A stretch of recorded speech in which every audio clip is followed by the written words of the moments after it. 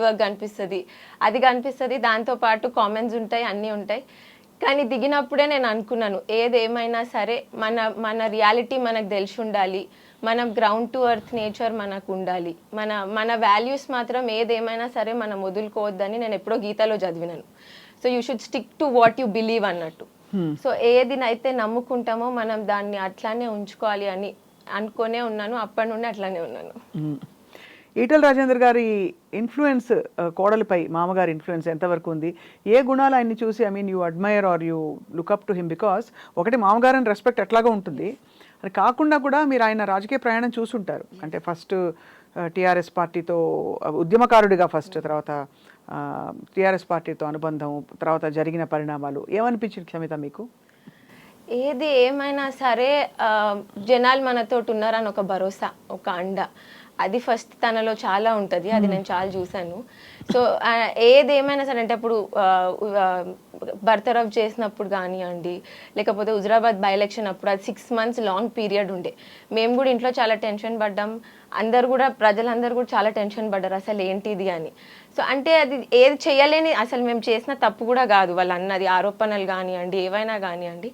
So అవన్నీ ఉన్నా కానీ తను అట్లానే అంతే భరోసాతో నాకు జనాలు అండగా ఉన్నారు అనే భరోసాతోటి అంతే హై హెల్డ్ చేసి ఏం కాదు జనాలు ఉన్నారు అని, ఏదేమైనా సరే మంచిగా ఉండి తను చిరునవ్వు కోల్పోకుండా అట్లానే ఉన్నారు. అది one important point that I learn from him. So ఏదేమైనా సరే మనం ఉండాలి, మనం జనాల కోసం ఉండాలి, జనాలు మన కోసం ఉన్నారు. సో అది ఒక పాయింట్. ఇంకొకటి మీరు అన్నట్టు ఎస్ రెస్పెక్ట్ అయితే ఎస్ చాలా ఉంది. అండ్ ఇంకా చిరునవ్వు, తను ఎప్పుడు నవ్వుతూనే ఉంటారు, అదొక మంచి క్వాలిటీ తనలో ఉంది. That I admire. మీరు ఎలాగ అఫీషియల్ గా వచ్చారు రాజకీయాల్లోకి? అంటే what was the point, turning point for you? Turning point అంటే like I said Gajwel elections, అప్పుడు రెండిట్లో కంటెస్ట్ అంటే నేను అనేది పార్టీ జస్ట్ ప్రచారం కోసం మాత్రమే కాకుండా ఇంకా కొంచెం డీప్ గా మొన్న మల్కాజ్గిరి ఎలక్షన్ తో మీరు ఆల్మోస్ట్ పార్టీలో ఒక నాయకురాలిగా, యువ నాయకురాలుగా నమోదు చేసేసుకున్నారు మీ పేరు. సీనియర్స్ ఎవరెవరితో ఇంటరాక్షన్ అయింది మీకు? అంటే నేషనల్ లీడర్స్ తో వాళ్ళతో అయిందా, ఇంటరాక్షన్ అయిందా? ఒకసారి అమిత్ షా గారు ఇంటికి వచ్చినప్పుడు తనని కలిశాను. ఇంకా రఘునందన్ అన్నతో కానివ్వండి వీళ్ళతోటి రెగ్యులర్ గా వాళ్ళ ఇంటికి వచ్చినప్పుడు టచ్ లో ఉండడము అట్లా నార్మల్ గా అవుతానే ఉంటది.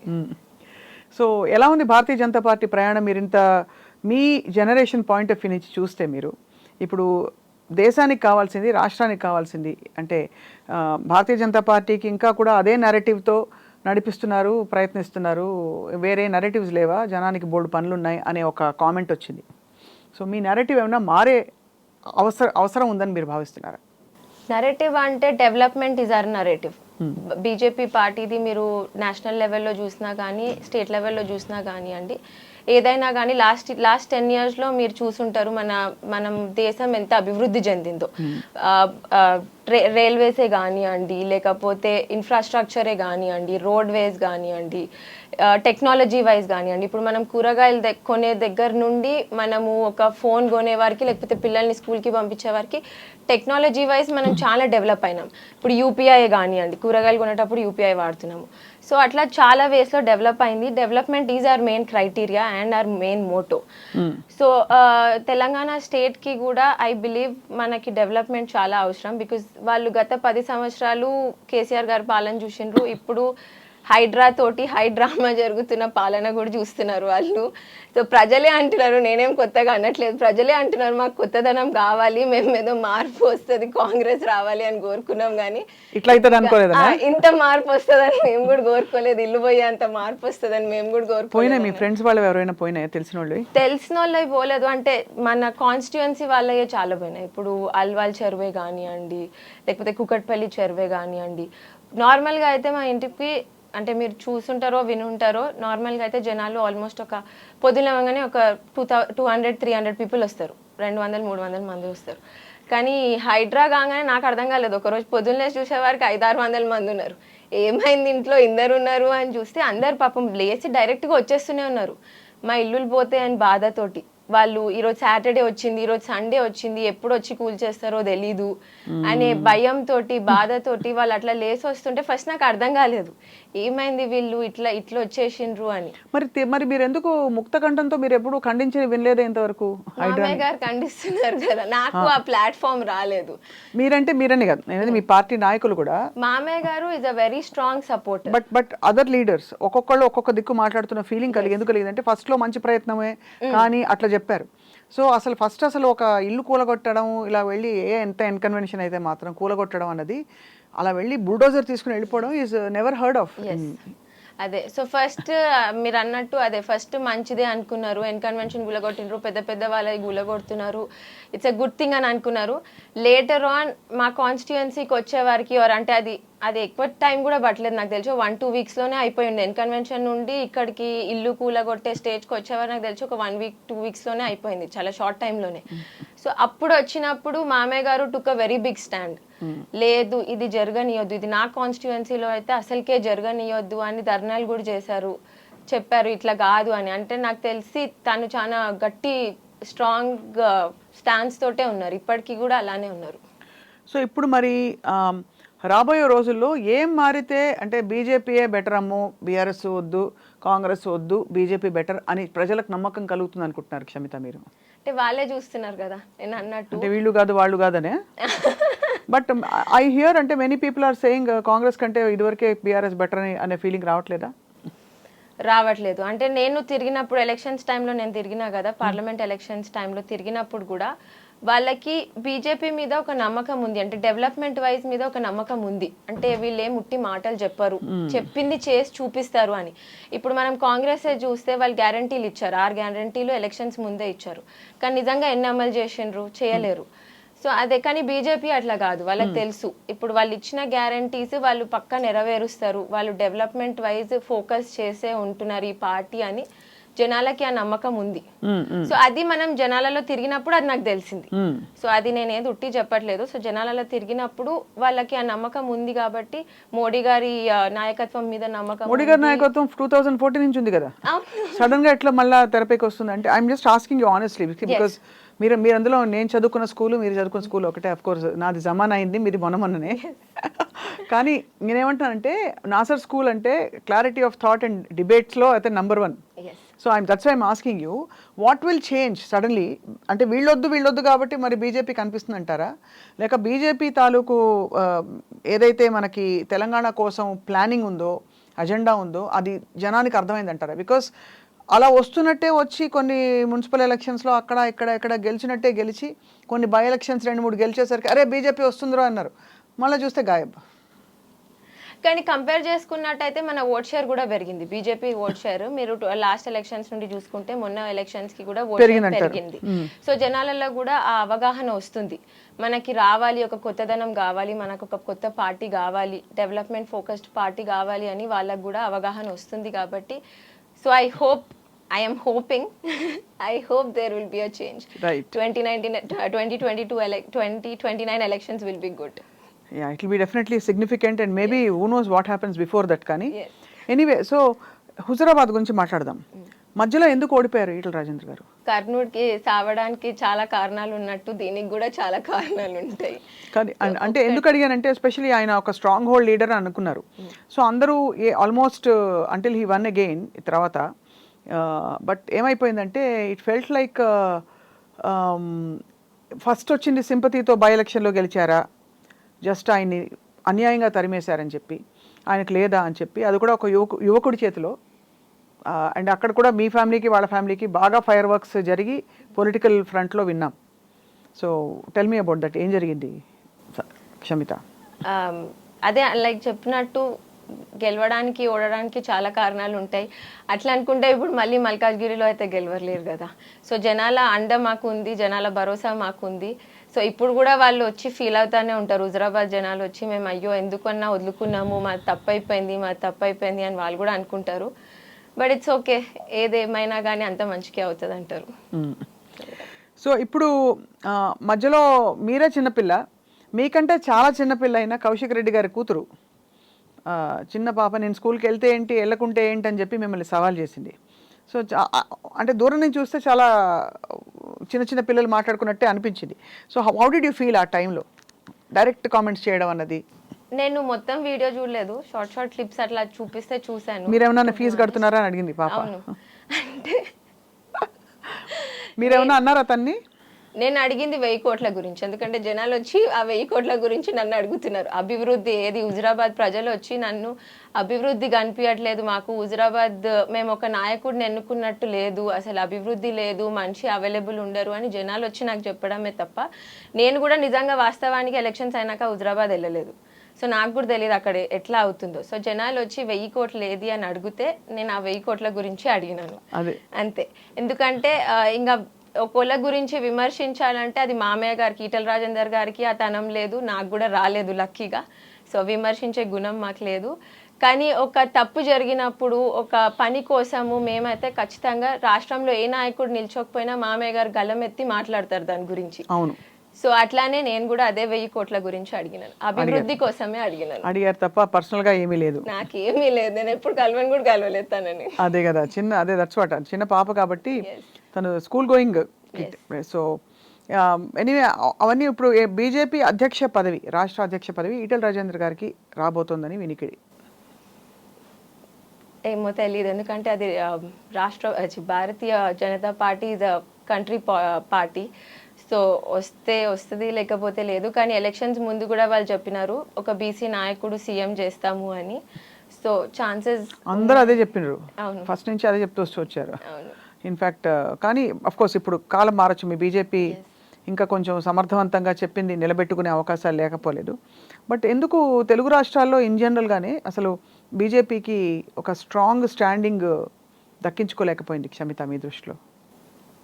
ఇప్పుడు మనం చూసాం కదా, ఎట్లాగో ఆంధ్రప్రదేశ్లో వచ్చింది కోయలేషన్ గవర్నమెంట్ అయినా కానీ BJP, TDP and Pawan Kalyan గారి పార్టీ వచ్చింది, గవర్నమెంట్లోనే ఉంది.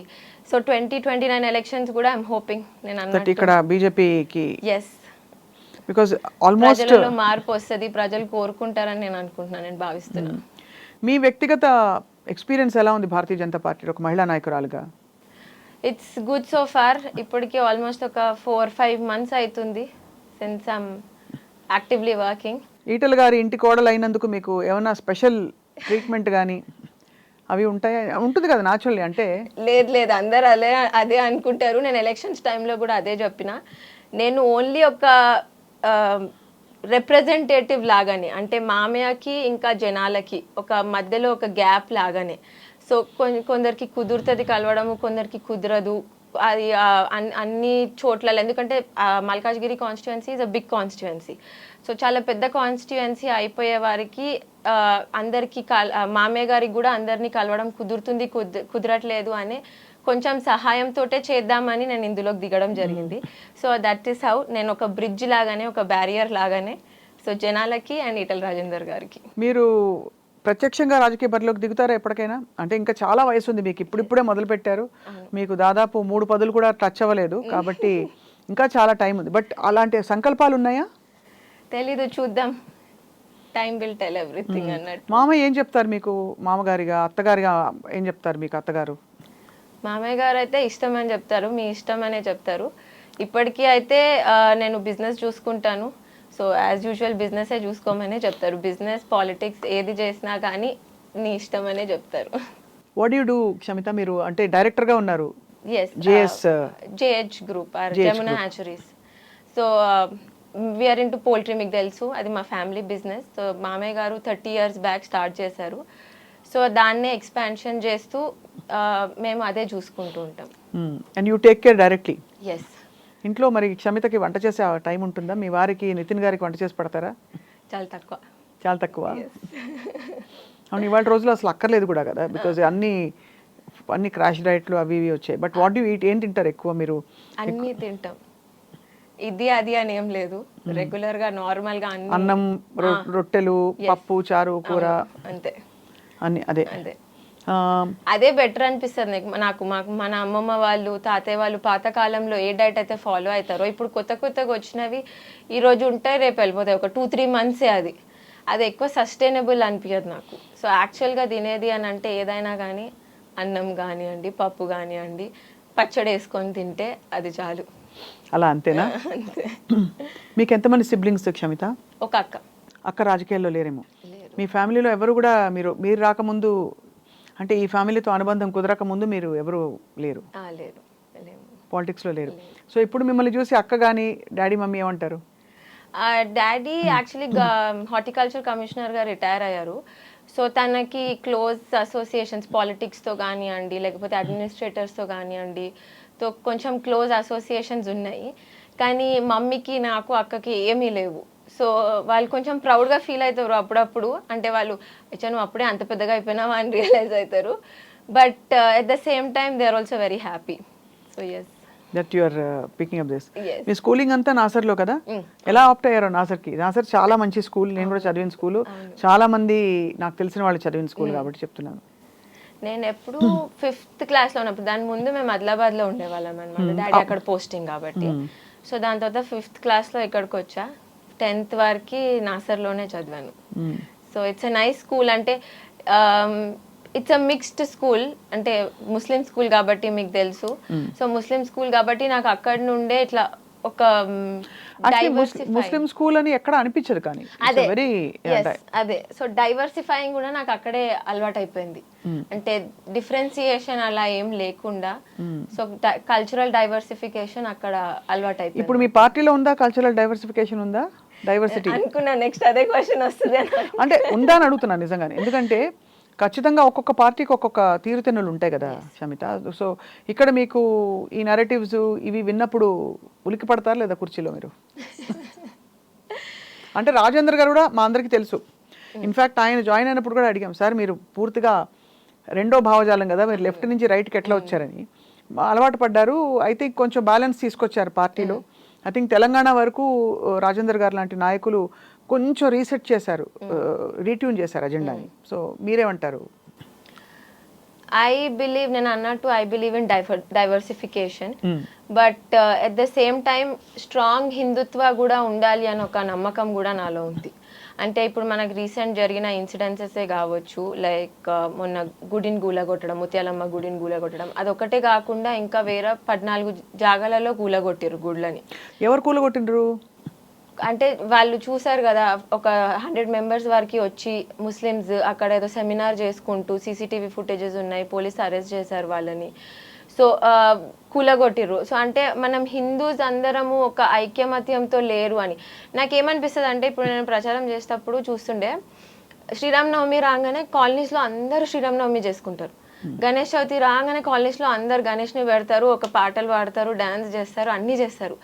అదే అది యూనిటీ మనకి నార్మల్గా ఎందుకు రావట్లేదు బయటికి అని నాకు ఒక సాడ్నెస్ కూడా ఉంది. అంటే you mean in context of ఈ గుళ్ళని కూలగొట్టడం ఇలాంటి సంఘటనలు జరిగినప్పుడు ఎందుకు ఐక్యత ఉండదని చెప్పి. సో అంటే ఎందుకు లేదు మనకి అని. అది ఎందుకంటే ఐ ఫీల్ పొలిటికల్గా దాన్ని, ఈ అజెండాని జనం నుంచి హైజాక్ చేసేస్తే పార్టీలు, జనంలో రావాల్సినంత ఇది it becomes a political statement. అందరు ఇప్పుడు ఏమైపోయిందంటే స్వతహాగా వాళ్ళకి మనసుల్లో అనిపించిన ఇది పొలిటికల్ ఫ్లేవర్ ఉంది కదా మనకెందుకులే అని దూరం వెళ్ళిపోతారు. మీకు అర్థమైంది కదా నేను చెప్పింది? సో అని నా feeling. I could be wrong, but మీరు చెప్పండి మీకేమనిపిస్తుందని. అంటే ఐక్యత తీసుకురావాలి ఖచ్చితంగా. And first of all fundamentally ఎవరు ఏది కూలగొట్టినా లా అండ్ ఆర్డర్ ఇష్యూ అది. అది ముందు గవర్నమెంట్ వచ్చి రంగంలోకి దూకి అది మిస్క్రియంట్స్ ఎవరో కనుక్కుని వాళ్ళని అరెస్ట్ చేసి దాన్ని గుళ్ళకి ఇంకా ఏంటి బళ్ళకి అన్నిటికీ అతీతంగా they should be implicated and punished డెఫినెట్గా. ఎందుకంటే ఇప్పుడు నేను అన్నట్టు I believe in equality. So ఒకదానికి మనం వెళ్ళి వేరే వాళ్ళది కూలగొట్టనప్పుడు వేరే వాళ్ళు వచ్చి మనది ఎందుకు కూలగొట్టాలి? అసలు చాలా తప్పు, కూలగొట్టకూడదు, ఆ హక్కు ఎవ్వరికీ లేదు. అలా ఉన్న వాళ్ళని లా అండ్ ఆర్డర్ అఫెండ్ చేసి అది డిఫై చేసిన వాళ్ళుగా పట్టుకోవాలి. పట్టుకుని ఖచ్చితంగా వాళ్ళని, బికాజ్ మన రాజ్యాంగబద్ధంగా చూస్తే కూడా ఎవరి ధర్మాన్ని ఎవరు అడ్డుకునే హక్కు ఎవరికీ లేదు, చేయకూడదు. సో ఐ థింక్ దానికి ఒక సంఘటితమైన ఉద్యమం అవసరం. కానీ ఎప్పుడైతే అది రాజకీయ రంగు పులుముకుంటుందో, రాజకీయ నాయకులు మనకి will be labelled and branded అని కొంచెం సామాన్య జనం వెనక్కి వెళ్ళే అవకాశాలు కూడా కనిపిస్తున్నాయి. But you're right. So but మొత్తానికి మొన్నటి పరిష్కారం అయిందా క్షమిత మీ దృష్టిలో? నేను అన్నట్టు అంటే ఇంకా ఐక్యత రావాలి, అది నా ఫీలింగ్. ఎట్లా వస్తుంది ఐక్యత? For example I don't know, నేను అదే అంటున్నా కదా. అంటే ఫెస్టివల్ సెలబ్రేట్ చేసుకున్నప్పుడు, కాలనీ వైజ్ అంత సెలబ్రేట్ చేసుకున్నప్పుడు అది మనకి ఎందుకు రావట్లేదు బయటికి, ఎందుకు కనిపించట్లేదు, కరెక్ట్. అది ఎందుకు కనిపించట్లేదు అంటే మనం ఉట్టి ఫోటోలు దిగి ఇన్స్టాగ్రామ్ లో పెట్టడమో లేకపోతే వీడియోస్ చేసి ఎక్కడో పోస్ట్ చేయడానికి కాదు కదా. అవును. మన మతం అనేదో లేకపోతే మన బిలీఫ్స్ అనేదో, బిలీఫ్స్ మతం అని కూడా అనను, బిలీఫ్.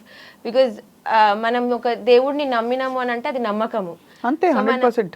సో ఆ నమ్మకము మనకు ఉట్టి ఫోటోల రూపమో కానీ పండగ వచ్చినప్పుడు ఎందుకు బయటికి వస్తుంది, అవును. అది జనరల్ గా ఎందుకు ఉండట్లేదు మనకి అని కొంచెం బాధేసింది ఇట్లాంటి ఇన్సిడెన్సెస్ అయినప్పుడు. దానికి బహుశా I think I mean like you rightly said, అందరూ సమాజంలో భాగం అని ఏకీభవిస్తూనే అట్ ద సేమ్ టైం ఇలాంటి సంఘటనలు జరిగినప్పుడు మాత్రం ఖచ్చితంగా ఖండించాలి, తగిన చర్యలు తీసుకోవాలి సమాజం అంతా కూడా. సో మీకేమనిపిస్తుంది, రాజేంద్ర గారి స్పందన ఏమిటి మొన్న జరిగిన ఈ సంఘటనలకి? చాలా డీప్ గా మూవ్ అయినారు మామయ్య. ఈటల రాజేందర్ గారు చాలా డీప్ గా మూవ్ అయ్యారు. నేను కూడా అదే ఎక్స్పెక్ట్ చేయలేదు, కానీ ఇంట్లో కూర్చున్నప్పుడు ఒక రోజు అన్నారనమాట, చాలా డీప్ గా మూవ్ అయినాను నేను కూడా అని. అంటే తను ఢిల్లీలో ఉండే అనమాట ఇన్సిడెంట్ అయినప్పుడు, ఒక 2 days లేరు ఇక్కడ. సో ఢిల్లీ నుండి వచ్చినాక రాత్రి ఎయిర్పోర్ట్ నుండి డైరెక్ట్గా వెళ్ళి చూశారు గుడిని. చూసి అప్పుడు అనుకున్నారు, అమ్మో ఇట్లా కాదు, అసలు ఏంటిది, ఎట్లా చేయగలిగినరు, ఇది చాలా సీరియస్గా తీసుకోవాల్సిన విషయము, అసలు గవర్నమెంట్ ఏం చేస్తుంది, లా అండ్ ఆర్డర్ ఏం చేస్తుంది అని చాలా ఫీల్ అయినారు మామయ్య గారు కూడా. Law and order issue, fundamentally law and order issue కింద దాన్ని చేయాలి తప్పకుండా. బట్ మీరు డైనింగ్ టేబుల్ దగ్గర డిస్కస్ చేసుకుంటారా ఇష్యూస్? మామయ్య ఈరోజు ఈ ఇష్యూ ఉంది, ఇట్లా పోతున్నా, నేను చెప్తున్నాను, ఇండిపెండెంట్ అజెండా ఉంటుందా షమిత మీకు? యూజువలీ అయితే టైం దొరకదు మాట్లాడుకోవడానికి. మేము ఎప్పుడు రాత్రే కలుసుకుంటాము, అరౌండ్ 10:30-11 అప్పుడే వస్తారు. ఎట్లా గ్రీట్ చేస్తారు? నమస్తే మామయ్య అంటారా, లేకుంటే గుడ్ మార్నింగ్ మామయ్య అంటారా, ఎట్లా? అంతే, ఇంట్లో అంతేనా? అత్తగారు గుడ్ మార్నింగ్, ఇంట్లోనే ఉంటాం కాబట్టి అది నడుస్తుంటుంది. అంతేనా? మామయ్య గారు పొద్దున వెళ్తే రాత్రి వస్తారు కదా, సో అందుకే. అంటే ఒక్కొక్క ఇంటి తీరు ఒకలా ఉంటది కదా. అందులో రాజేంద్ర గారు కొంచెం లిబరల్ గా ఉంటారు నాకు తెలిసినంత వరకు, కొంచెం అంతేనా? అంతే. సో మీ వారి గురించి చెప్పండి. మీ వారు మీతో పాలిటిక్స్ లో లేరా? లేరు, తను మొత్తం బిజినెస్. చెప్పేసారు వద్దని? అంటే అందరు ఫోర్ ఫ్రంట్ లో ఉండలేరు కదా. అంతే, అది కరెక్ట్. ఎవరో హీరోయిన్ అవ్వలేరు, కొందరు డైరెక్టర్స్, ప్రొడ్యూసర్స్ అట్లా. ఓ, ఇక్కడ ప్రొడ్యూసర్ డైరెక్టర్ మీ వారు బాగా చెప్పారు. అందరు ఉంటేనే సినిమా నడుస్తుంది. అదే అంతే. సో అది బాగుంది. అయితే ఏమంటారు, he is encouraging you into politics and he is okay with all of that. మీకు you have kids? No. So ఇప్పుడు మరి షమిత, మీరు రాజకీయంగా ఏం చేయబోతున్నారు next? What is your one dream as a young leader? Okay, one dream అంటే నేను యాజ్ అ పర్సన్ నేను చాలా హామీలు ఇచ్చొచ్చాను నా కాన్స్టిట్యుయెన్సీలో. నేను మొన్న మల్కాజ్గిరి ఎలక్షన్స్ అయినప్పుడు నేను మేడ్చల్ అసెంబ్లీ కాన్స్టిట్యుయెన్సీ చూసుకున్నాను అనమాట. సో ఆ కాన్స్టిట్యుయెన్సీలో నేను చాలా హామీలు ఇచ్చొచ్చిన. సో రోడ్స్ వేపిస్తామను, లేకపోతే డ్రైనేజ్ వర్క్స్ చేయిస్తామను, వాటర్ కనెక్షన్స్ ఇప్పిస్తామను. సో అవి అనుకున్నాము, అవి చెప్పొచ్చినాను. సో ఇప్పుడు ఫర్దర్గా నెక్స్ట్ 3-4 years నా టాస్క్స్ అవే.